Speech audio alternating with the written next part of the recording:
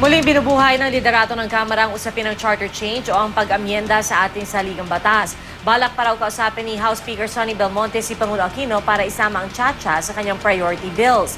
Narito ang report ni Sherry Ann Torres.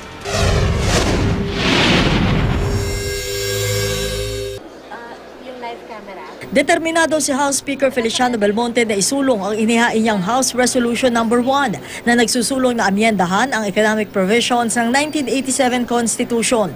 Balak daw ni Belmonte na kausapin si Pangulong Noynoy Aquino para hilinging isama ito sa priority bills na bubuin sa pulong ng LEDAC o Legislative Executive Development Advisory Council. A change which will not automatically change things but will only unshackle the government from the fact that there are certain things that they're prohibited to do. Mas madali raw kasi mapausad ang isang panukalang suportado ng Pangulo, sabi ni Belmonte. Pero kung di raw ito tatanggapin ni Pinoy o ng LEDAC, di raw niya ito ipipilit, sabi ni Belmonte. Despite the fact that I am the speaker, I want these bills to pass on their own merits. Si Anak Pawis Representative Fernando Hicap kontra sa charter change. Ang inihain niyang Resolution No. 13 humaharang sa anumang tangkang baguhin ang saligang batas. Ang pagbubukas daw kasi ng yaman ng Pilipinas sa ibang bansa, lalo na magpapahirap sa maraming Pilipino. Ibubuyang-yang na sa mga dayuhan ng pwede ng